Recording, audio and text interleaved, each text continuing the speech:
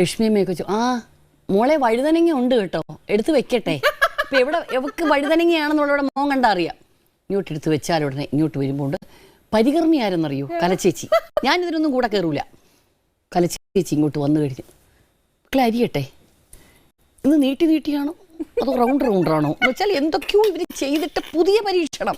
ഒരു ആനീസ് കിച്ചണാണെന്നാണ് അവരുടെ വിചാരം. നീട്ടി അങ്ങോട്ട് അരിഞ്ഞ് കുറേ സവാളയും കൂന കൂട്ടി വെച്ചിരിക്കുക. ഇവളുമാരുടെ മുഖമേ കണ്ടുകൂടാ, കാരണം അത്രയ്ക്ക് ഇങ്ങനെ ഇരിക്കുക. ഇവിടെ ഇരിക്കുക വഴുതനങ്ങയും. ഇതെന്തിന് അമ്മ മക്കളെ ഇത്രയും എന്തിനാ? അമ്മ ചുമ്മാ ഇരി, അമ്മ പറഞ്ഞു തരാം. അമ്മയ്ക്ക് അറിഞ്ഞുകൂടാ വഴുതനങ്ങ എന്ന് പറയുന്നൊരു സാധനം നമ്മൾ വെച്ച് കഴിയുമ്പം അതിൻ്റെ പറഞ്ഞു തരാം.